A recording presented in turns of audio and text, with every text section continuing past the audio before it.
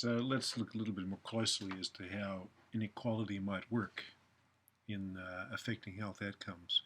So in this diagram, there are many diagrams that could, many conceptual frameworks that could explain how this relationship works. This is one of the many that's available.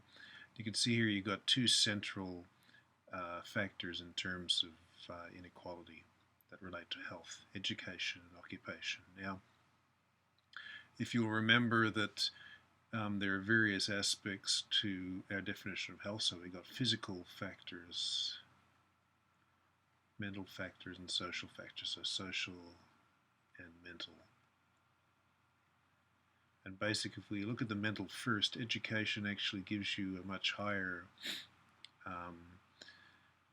self-respect. You feel more inclusive of the success of the society. You feel as though you're respected, you're happy. And that has a social and a mental impact on health and well-being. The fact that with education comes income equality, so income equality for men and women, for example, which again has a psychosocial advantage. That also affects income, which affects your ability to access material factors such as a place to live, something to eat, and a safe and comfortable workplace, and that relates to your physical well-being. Now, in amongst all this is a lot of these factors are actually determined by what your parents did. So there's an intergenerational effect.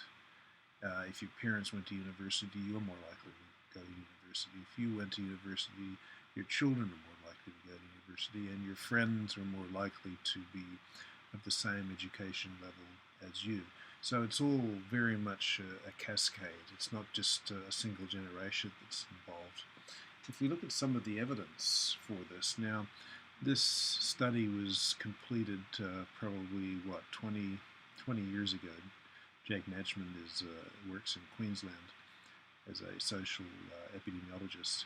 And this diagram shows that if we compare the lowest SES, which is this line here, with the highest SES in a population, in this case it was in England and Wales over the period 1921 to 1983, and these bars represent the average of the population at any given time, even though the general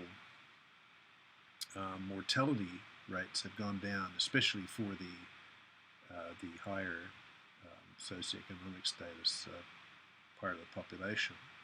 You can see that at every single time point, the lower SES had a much higher risk of early mortality. A clear seminal study in the relationship between SES and health.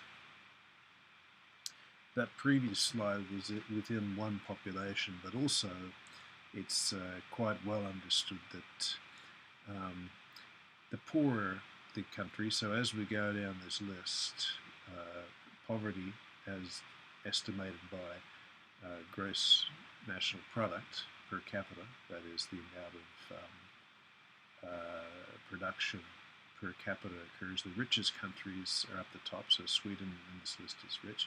If we go down to the poorest countries, you see that every indicator increases as every indicator of ill health, that is, increases as we go down. So infant mortality rate, that's those children that died before the age of 1 year. Child mortality increases with poverty. Access to safe water decreases, which has flow-on effects for these and other health factors. Access to adequate sanitation, again, decreases, and that also has major implications for these infant and child mortality rates. So basically this inequality in terms of effects on health works both within populations and between populations. If we look at education now, you can see there's a definition or a principle in public health that the best way to enhance the health and well-being of a population is to educate girls. And the conceptual framework for this works a little bit like this. The educated girl will marry later in life for a range of reasons. And because of this education level, because they've married later, they're more aware of various issues, their bodies, etc., and they generally have fewer children, and also those children are more evenly spaced. If they do have children and they feel as though there is a problem with themselves or their children, then they seek care earlier, and that increases the chances of the survival of the child and also probably the survival of the mother. And because of that, these factors generally flow on to a reduced fertility rate in a population, and the population pressure is decreased, so that has an effect on the overall population in terms of access to a range of factors, including health services, but also other determinants of health. And as we move along this continuum, this situation then provides better care and nutrition for mother and child, and also that leads to improvements in access to education. Now, I'll just add one little point here, and that is that in terms of spacing children adequately, you might have heard of this disease called kwashiorkor.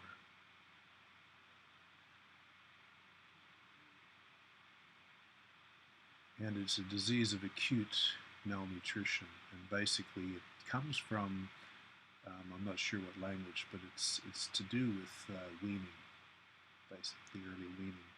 And what happens is that when a child is born in a developing country, whilst they're breastfeeding, they're actually quite safe. But what happens is if they're breastfeeding perhaps anywhere between they're 9 months old to perhaps 2 years, so 24 months old, if another baby comes along, they get taken off the breast and they're weaned. And that's where the danger occurs, because there's usually inadequate weaned foods, and also they're more exposed to germs in the environment, and this is where children can actually run into trouble in terms of malnutrition. And so having more children evenly spaced apart gives each child an opportunity to develop and grow and strengthen before the next competing child comes along.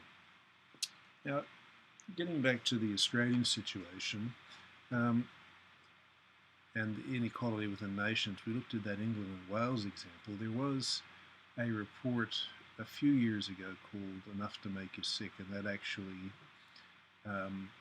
made some comparisons. I've included a website here if you want to have a look at this document, but essentially the conclusions were that even in Australia, income, education, full employment are the major factors for someone's chance of staying healthy, wealthy, and wise. Now, that doesn't mean that wealthy people, well-educated people who are employed don't get sick, but it increases your risk. We're talking about risk, in fact.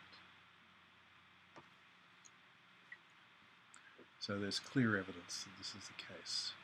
Now, if we look at socioeconomic disadvantage by state, this slide incorporates the CIFA index, and essentially the higher the CIFA index, the less disparity there is, disadvantage. So you can see here there's lower figures, so the Northern Territory has the most disadvantage and disparity of any of the states or territories in Australia. But one thing can be seen here, if we're comparing 3 years, over this period, 1986 to 1996, 10 years, the disparity was far worse in the Northern Territory 10 years previously, so there has been some improvement. If we look at the comparison of the states, Victoria actually went down a little bit over that 10-year period, but still remained in 1996 the state with the least disadvantage. So there are figures and there is monitoring going on in terms of looking at disadvantage, and we can move on then to look at over this period, so 1986 to 1996. You can see here that the least disadvantaged city in Australia is Canberra. Now, there are clear reasons for that. Canberra is full of Commonwealth public servants and there's very little industry. So they're largely well paid, well educated, and that is very consistent with our previous discussion about disadvantage and some of the indicators of disadvantage. Darwin. In fact, when you look across, there's really, apart from Canberra, there's really not all that much difference in the capital cities. So it's more a question of when you move outside the capital cities that you really start seeing this disparity. And I mentioned one of the, following on from that, I mentioned one of these indicators of risk for ill health is unemployment. And you can see here that if we move across all the capital cities, unemployment is relatively low compared to if we move out to other urban centres, so cities, but outside the capital cities and then the rest of the state. So you can see here that this is where we would expect higher risks for ill health outside the capital cities. Now, this actually raises another important issue. Firstly, there's a whole range of indicators in terms of employment and its relationship to health outcomes. But if we also think about access, if you're sick, if you've got some complicated illness, being out in a rural area or even a smaller city outside of the capital city, you actually have quite low access to expert attention. So there are a range of reasons why being out in outside the capital city actually is disadvantageous in terms of risk.